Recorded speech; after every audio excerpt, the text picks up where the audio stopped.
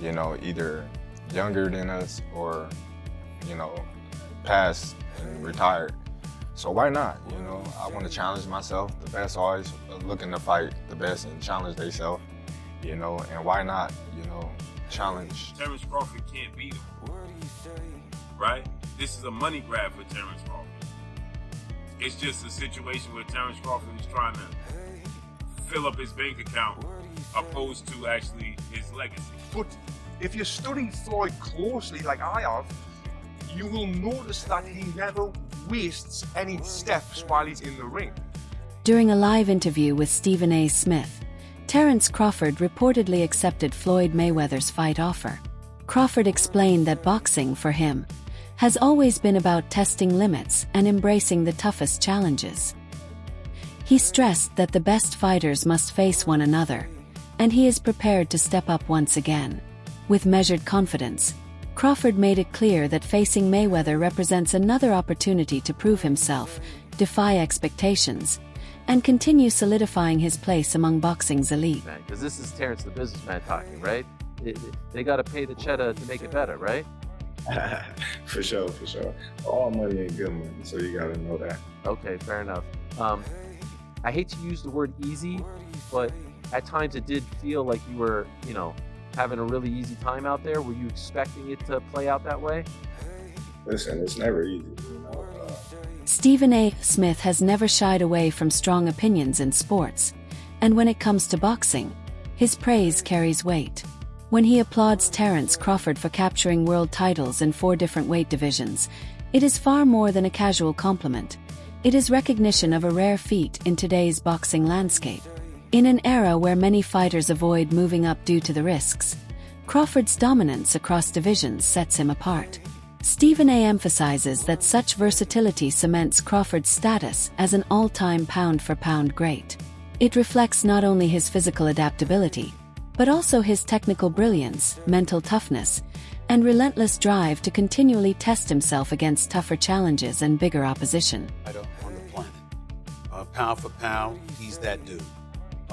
In this 4-belt era, he is now the undisputed world champion 3 times over. 140 pounds, 147, now 168 pounds, claiming all the belts. You don't see people doing that very often.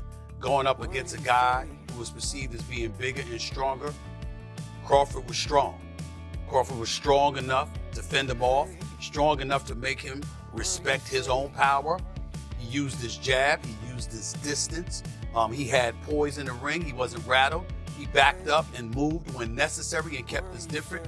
He exchanged enough to gain respect when necessary.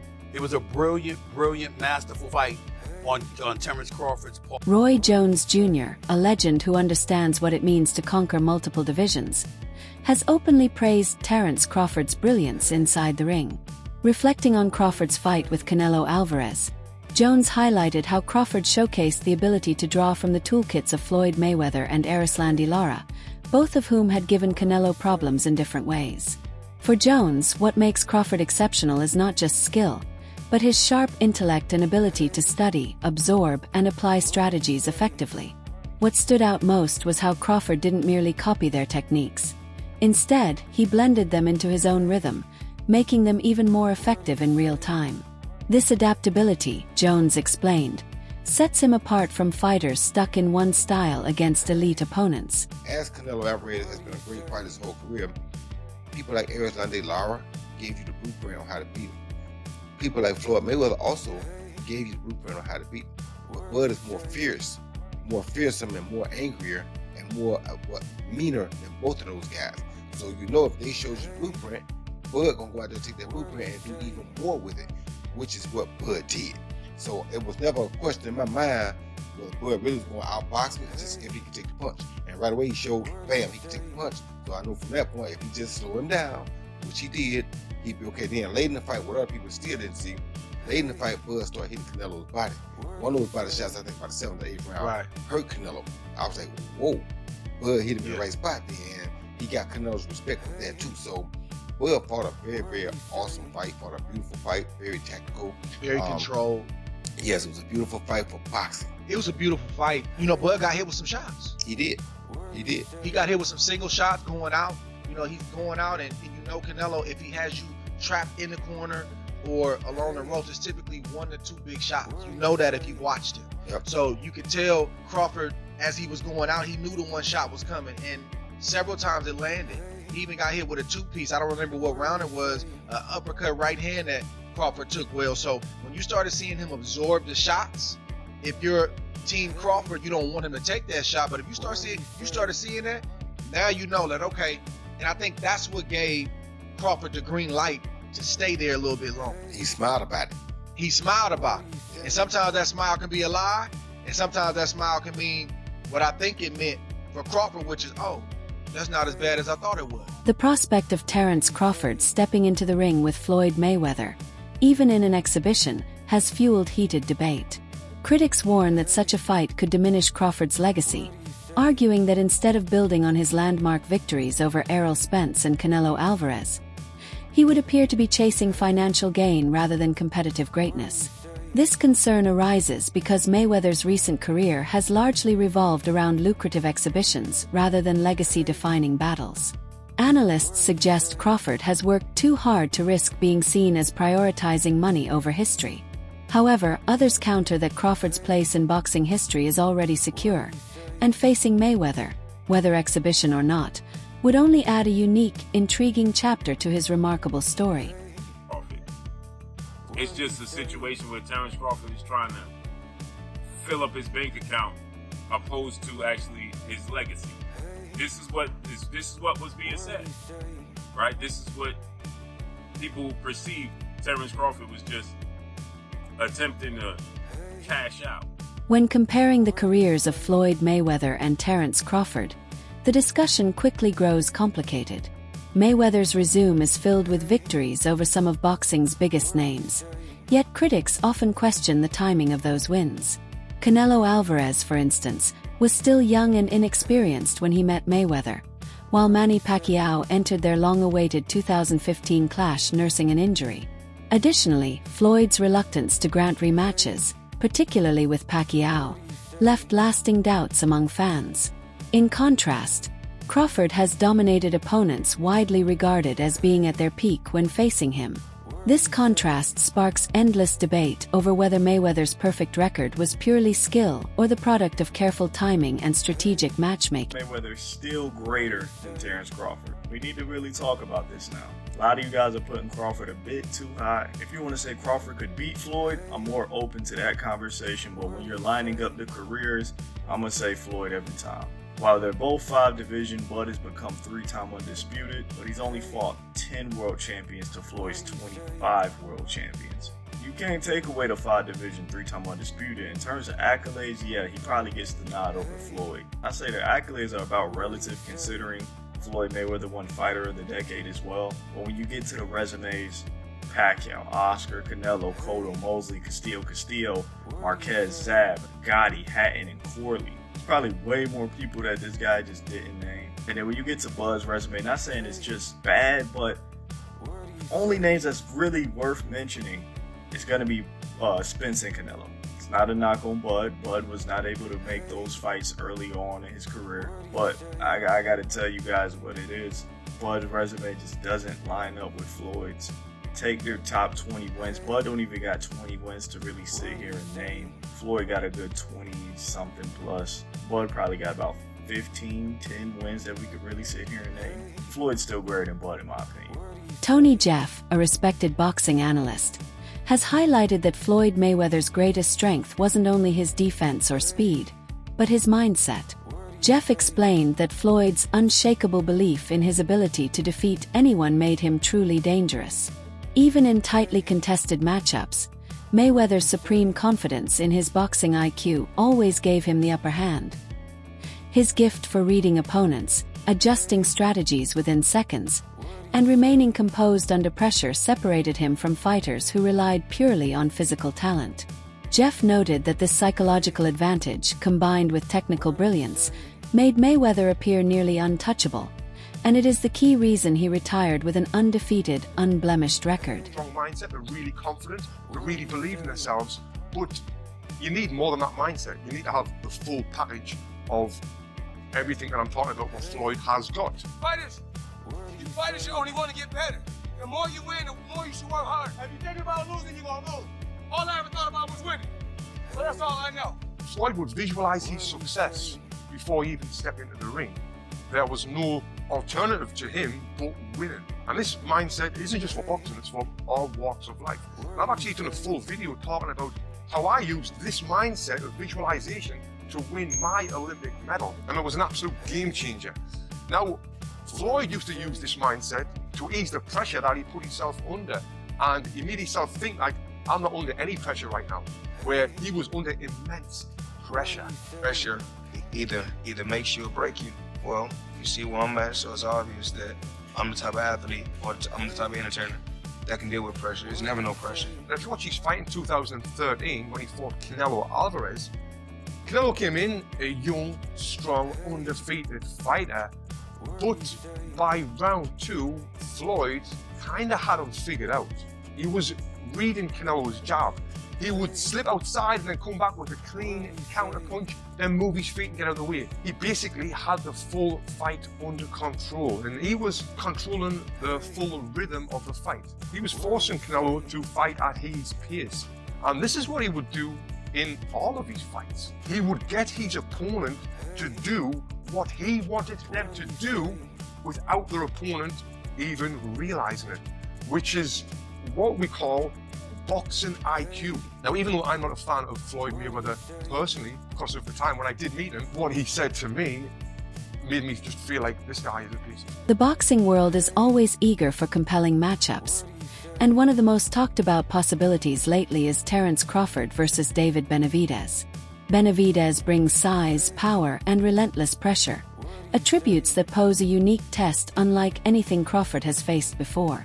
Fans view this potential clash as the type of high-risk challenge that could elevate Crawford's legacy even further. Although nothing official has been confirmed, speculation continues to build, reflecting the demand for legacy-defining battles rather than exhibition spectacles driven mainly by money.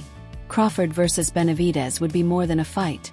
It would embody skill against size, precision against aggression, and stands as a dream showdown for many passionate boxing fans. Not me, but shocked the world. This past Saturday, Mexican Independence Day weekend, but he took on and defeated another first ballot Hall of Famer, but he essentially jumped up 3 weight classes, technically 2, from 154 to 168, but only had one fight at 154 last August against Israel Majimov. Terence Crawford defeated Saul Canelo Alvarez, who is a 4-division champion, 2-time undisputed super middleweight, and the reigning, at the time, super middleweight world champion, undisputed world champion. And Terence Crawford beat him handily and convincingly. And because he beat him so easily, now the 63 win, 3 loss, 2 draw, 39 win by way of knockout, biggest threat has been now imposed on Terence Crawford, and that's the Mexican Ecuadorian monster, David Benavidez, who is a 2-division undefeated world champion, is the 2-time WBC super middleweight and reigning WBC light heavyweight, 175-pound champion, who has a record of 30 wins, no loss, no draw, 24 wins by way of knockout. Stands 6'2" with a 75-inch arm. This is a fight that David Benavidez has been calling for Canelo Alvarez when he was at 168, and Canelo Alvarez strategically went around him. But Canelo Alvarez is 5'7", with a 70-inch arm reach, started his career at 147 pounds, made his real name at 154 pounds. He's not a big guy, okay? And styles make fights. Benavidez is 6'2" with a 75-inch arm reach. His last fight at 168 against Demetrius Andrade, he rehydrated to 193. So he's a big guy. Canelo Alvarez probably rehydrate to 182, maybe 185 max, right? He's not a big guy, right? The debate over Floyd Mayweather versus Terence Crawford has no definitive answer. Both men faced the best of their eras and consistently delivered dominant performances. Mayweather's flawless record and defensive genius made him the standout of his generation, while Crawford's ability to rise through multiple weight classes and continue dominating is equally remarkable. The challenge in comparing them lies in the differences in eras, opponents, and circumstances, making a direct judgment nearly impossible. In the end, rather than choosing one over the other, both stand as symbols of boxing excellence, embodying the sport's highest standards of greatness. My goodness, I said it was going to happen. If Crawford was to win, we're going to be seeing a lot of these debates on whether or not Floyd Mayweather or Terence Crawford is going to be better. Now, this is going to be a debate for a long, long time. I'm talking about one of those debates like LeBron versus MJ, Messi versus Ronaldo. It's one of those. And the thing is, I can get behind it. Let me go ahead and say this. When it comes to resume, I do think we give Floyd Mayweather the edge. I mean, he beat a bunch of champions. He reigned for a long time. While Crawford, his resume is heavily criticized, and he's just not getting, his kind of respect for beating Earl Spence and Canelo Alvarez. But if we're talking strictly off of skills, this is where things get really, really tough to talk about. I think a fair assessment of this matchup would be Floyd Mayweather wins from 135 and 140, while Crawford wins from 147 to 154. And I say that because I feel like Floyd's style changed once he got to welterweight. He became a more defensive fighter, and he just wasn't as much focused on offense. And knowing this, I feel like Crawford would have had a much better chance of handling him. And we all know, Crawford was an absolute monster at welterweight. Maybe, like I said, this is going to be a debate for a very long time. I can't wait to hear all the talk about it. I'm curious your thoughts. Who do you think wins in the fight? Floyd or Terence Crawford? Let's talk about it, and follow me for more Boston Talk. Greg Hackett's remarks on Terence Crawford's victory over Canelo Alvarez capture the deeper symbolism of that fight. By labeling Canelo the best in boxing, Hackett underscored how dominant and feared the Mexican superstar had been for over a decade. Crawford's ability to step in, seize control, and dismantle him represented more than just another win. It signaled a dramatic shift in power. In Hackett's eyes, Crawford has now become the predator in the waters, the fighter others fear, the man at the sport's peak. This triumph didn't simply enhance Crawford's resume. It reshaped the entire boxing landscape, marking him as the hunter who dethroned the shark. The guy right now in the sport that's supposed to be the man, Big Bad Wolf. You beat him, you the wolf. Now it's like, like, all right, you lost him a fight. You beat the shark, you beat the wolf. Man, ain't no more ops out there. It's ops out there, but who gonna make him really want to get up? That's the shit. Gotta make sense. Like you said, you be the shark, you be the wolf, but there's the monster. Yeah, that's like a real monster. Bro, to me it don't make sense, but that's what monster. Yo, is that proof? All right, we got the legendary Pape in the building. Legend. But what makes sense? Like, what makes the most sense? I know you said get a line of suits, Brooks Brothers. You know what I'm saying? Get a line of suits, get your money. Get the way, get the easy money. You ain't gotta sweat. Not saying you ain't gotta work, you ain't gotta sweat. He's paved a career where he could sit down at a team and get this money. He could come out with a Terence Crawford series now, just doing whatever he like to do. People gonna watch. Nobody. The fighting part, people don't understand what it's like to be a fighter. A lot of times fighters really don't be interested in certain fights. It's because when a guy sees himself up here and is fighting a guy down here, it don't interest him. So therefore, when he train, he's not gonna really train. He's gonna train, but he's not gonna train. He's not gonna listen. He gonna feel like his coach taking it too serious, and he's like, man, this ain't even that. Terence Crawford's victory over Canelo Alvarez marked a career-defining moment that erased any remaining doubts about his greatness. His dominant win against Errol Spence had already silenced critics who questioned the level of his opposition, as Crawford controlled every aspect of that fight from start to finish. Yet it was the dismantling of Canelo, a fighter long regarded as nearly untouchable, that truly cemented his place in boxing history. Analysts now agree that these triumphs leave no debate about his standing among the all-time greats. Crawford's ability to outclass champions across multiple weight divisions proves his dominance is undeniable and beyond dispute. Was enough action, and I think Crawford displayed his skill enough, even to someone with not the most trained eye, that they know they saw a very high-level athlete perform something at a very high level last night. I think he gained the sports world's attention last night and respect. He already did after Spence, but it went to another level in this fight. And I think even the fight itself, like just from a median level, but then the moments where they were having these exchanges, like kind of late in the fight, then people were like, all right, it was good. And they're like, okay. I saw somebody like, they're squabbling. Like, there's a fight here. So I think it did.